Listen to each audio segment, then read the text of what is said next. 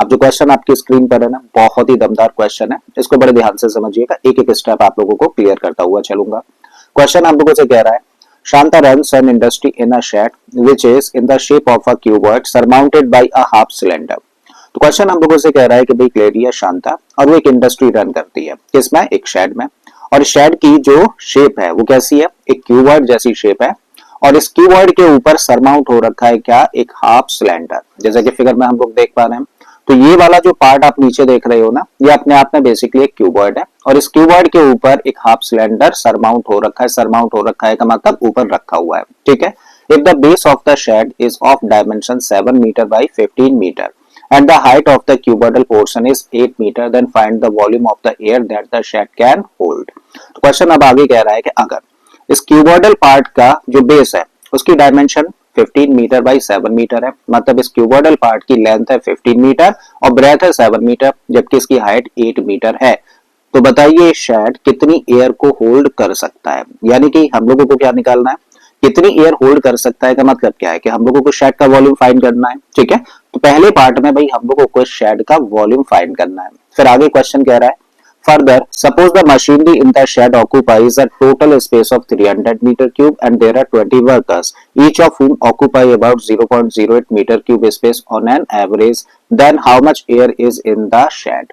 तो क्वेश्चन हम लोगों से आगे कह रहा है कि अगर ऐसा है कि भाई शेड में जो मशीनरी लगी हुई है वो 300 मीटर क्यूब स्पेस ऑक्यूपाई करें, जबकि इसके अंदर 20 वर्कर्स काम कर रहे हो, जिनमें से हर एक कितना स्पेस ऑक्यूपाई करता है? 0.08 मीटर क्यूब स्पेस ऑक्यूपाई करता है।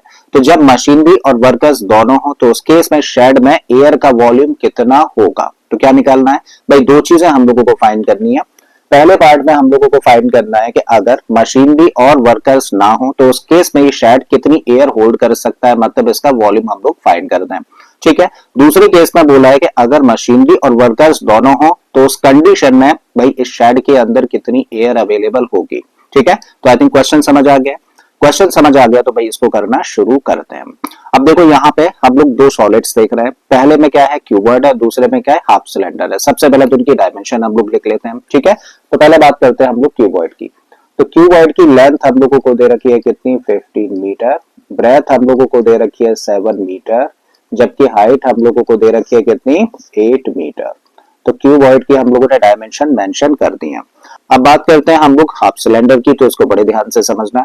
जब हम लोग इस हाफ सिलेंडर को देखें तो बेसिकली ये क्या है भाई? क्यूबॉइड के केस में तो ये ब्रेथ है, लेकिन जब हम लोग सिलेंडर के कॉन्टेक्स्ट में बात करें तो ये इस सिलेंडर के बेस का डायमीटर। रेडियस कितनी होगी? अगर इसकी रेडियस को हम लोग r से रिप्रेजेंट करें तो इसकी आधी होगी, यानी कि 7/2 मीटर हो जाती है सिलेंड्रिकल पार्ट की रेडियस। और इसकी हाइट की बात करें तो भाई ये क्यूबॉइडल पार्ट है और क्यूबॉइडल पार्ट की जो लेंथ है बेसिकली वही है क्या? हाइट इस सिलेंड्रिकल पार्ट की, ठीक है। तो अगर इसकी हाइट को कैपिटल H से रिप्रेजेंट करते हैं तो ये कितनी होगी? 15 मीटर होगी। आई थिंक यहां तक कहानी समझ आ रही है। अब हमें निकालना क्या है भाई? हम लोगों को तो वॉल्यूम चाहिए किसका? एयर का, जो कि शेड होल्ड कर सकता है। तो शेड में कितनी एयर आ सकती है उसके लिए क्या करें? इस क्यूबॉइड के वॉल्यूम में प्लस कर दें इस हाफ सिलेंडर के वॉल्यूम को, और दोनों के वॉल्यूम्स का जो सम अप होगा वो डिफाइन करेगा किसको? एयर के वॉल्यूम को डिफाइन कर देगा, ठीक है। तो क्या करें भाई? वॉल्यूम निकालें हम लोग किसका? क्यूबॉइड का, और इसमें प्लस कर दें वॉल्यूम ऑफ हाफ सिलेंडर, ठीक है। और दोनों को जब प्लस कर देंगे तो डिफाइन कर देगा किसको? भाई इस शेड के अंदर कितना एयर का वॉल्यूम है उसको, ठीक है। तो भाई वैल्यूज पुट कर दीजिए। वॉल्यूम ऑफ क्यूबॉइड, तो क्यूबॉइड का वॉल्यूम निकालने का फॉर्मूला होता है L into B into H, plus का साइन रखिए। हाफ सिलेंडर का वॉल्यूम क्या होगा भाई? सिलेंडर के वॉल्यूम का आधा होगा, और सिलेंडर का वॉल्यूम क्या होता है? पाई आर स्क्वायर एच। तो हाफ कर दीजिए बस को उसका, तो 1/2 पाई आर स्क्वायर, कैपिटल एच लिखा क्योंकि दोनों की हाइट डिफरेंट है। क्यूबॉइड की हाइट है 8 मीटर, जबकि इसकी हाइट है 15 मीटर, ठीक है। तो यहाँ पे हम लोगों ने कैपिटल एच लिखा। अब वैल्यूज पुट कर दीजिए, तो L की जगह पर रखा 15, B की जगह पर 7 और H कितना है? 8 है क्यूबॉइड के केस में। 1/2 एज इट इज। पाई की जगह पे हम लोगों ने रखा 22/7। रेडियस कितनी है? 7/2, तो इसको दो बार लिख दो स्क्वायर होने की वजह से, और इसकी हाइट है कितनी? 15। अब कर लेते हैं भाई इसको सिंप्लीफाई। तो 15 अट्ठे 120 और 120 सत्ते 12 सत्ते 84, यानी कि जब हम लोग इन तीनों का मल्टीप्लाई करते हैं तो कितना आएगा 840 आएगा। अब करते हैं इसको सिंप्लीफाई।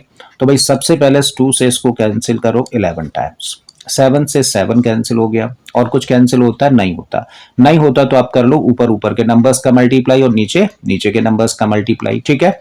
तो 11 सत्ते 77 और 77 और 15 का मल्टीप्लाई, तो 77 और 15 का मल्टीप्लाई करेंगे तो 15 सत्ते 105 10, 15 सत्ते 105 और 10 115, तो कितना आएगा 1155, और नीचे कितना है 2 इंटू 2 का मतलब हुआ 4।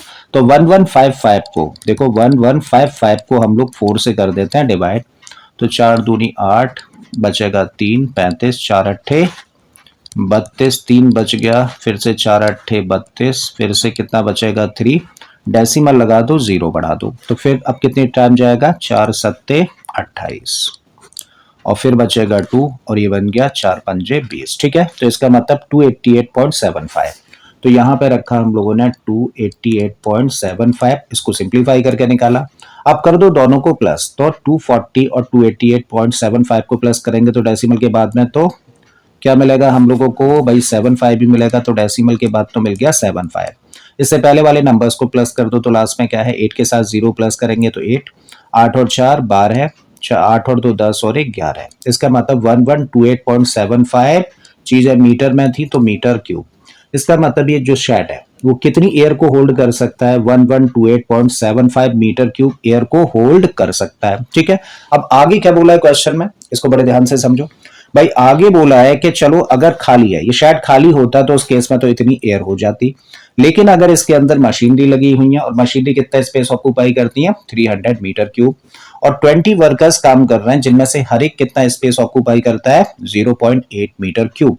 तो अब अगर मशीनरी और वर्कर्स दोनों हैं तो उस केस में इस शेड के अंदर कितनी एयर होगी के लिए क्या करें भाई, हम लोग पहले तो ये निकालें कि मशीनरी और वर्कर्स मिलकर कितना स्पेस ऑक्यूपाई कर लेते हैं, और उस स्पेस को हम लोग माइनस कर दें भाई इसमें से, क्योंकि ये तो स्पेस वो है ना जबकि मशीनरी और वर्कर्स दोनों में से कोई नहीं है, ठीक है।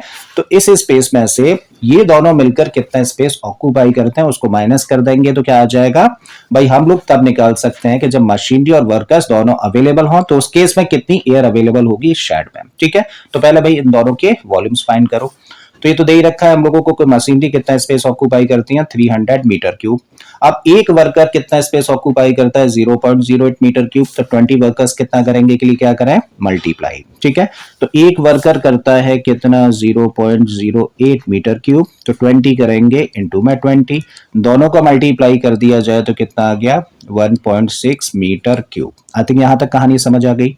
अब फाइनली हम लोगों को निकालना क्या है भाई, फाइनली तो हम लोगों को चाहिए the volume of the air available in the shed when there are workers and machinery. तो वर्कर्स और मशीनरी के होने पर भाई शेड के अंदर एयर का कितना वॉल्यूम होगा ये फाइंड करना है। तो कैसे किया जाए, वॉल्यूम ऑफ द शेड में से जितना स्पेस मशीनरी ऑक्यूपाई करती है और जितना स्पेस 20 वर्कर्स ऑक्यूपाई करते हैं दोनों को प्लस करके माइनस कर दें, तो भाई हम लोग उस केस में निकाल सकते हैं तब उसके बाद कितना एयर का वॉल्यूम अवेलेबल होगा शेड में, ठीक है। तो रखिए वैल्यूज, ये तो ऑलरेडी कैलकुलेट कर रखा है कितना 1128.75, तो यहां पे रखा हम लोगों ने 1128.75, और इसमें से माइनस करना है किसको, space occupied by the machinery. तो कितना स्पेस ऑक्यूपाई करती है 300 मीटर क्यूब, और 20 वर्कर्स कितना स्पेस ऑक्यूपाई किए हैं देखो जरा 1.6 मीटर क्यूब। रखिए भाई यहाँ पे तो 1.6 मीटर क्यूब। अब कर दीजिए दोनों को प्लस, तो यहाँ पे तो 1128.75 एज इट इज रखा है, इसमें से माइनस करेंगे देखो दोनों को प्लस कर देंगे तो कितना बच जाएगा 301.6, और जब 1128.75 में से इसको माइनस करें, चलो यहाँ पे कर देते हैं 1128.75 में से 301.6 को माइनस करना है। लाइक डेसिमल प्लेस बनाने के लिए 0 बढ़ा लिया। अब देखो 5 में से 0 गया तो 5, 7 में से 6 करेंगे तो माइनस होगा 1, ठीक है। डेसिमल आ गया, 8 में से 1 गया तो 7 बचा, यहाँ पे 2 बचेगा, और 11 में से माइनस कर देंगे तो 827.15 रख दीजिए यहाँ पे, तो 827.15 मीटर क्यूब एयर का वॉल्यूम होगा, जबकि इस शेड के अंदर मशीनरी और 20 वर्कर्स अवेलेबल है, ठीक है। तो ये दूसरे पार्ट का आंसर हुआ, और ये हुआ भाई फर्स्ट पार्ट का आंसर, ठीक है। आई थिंक दोनों ही पार्ट्स आपको अच्छे से समझ आ गए।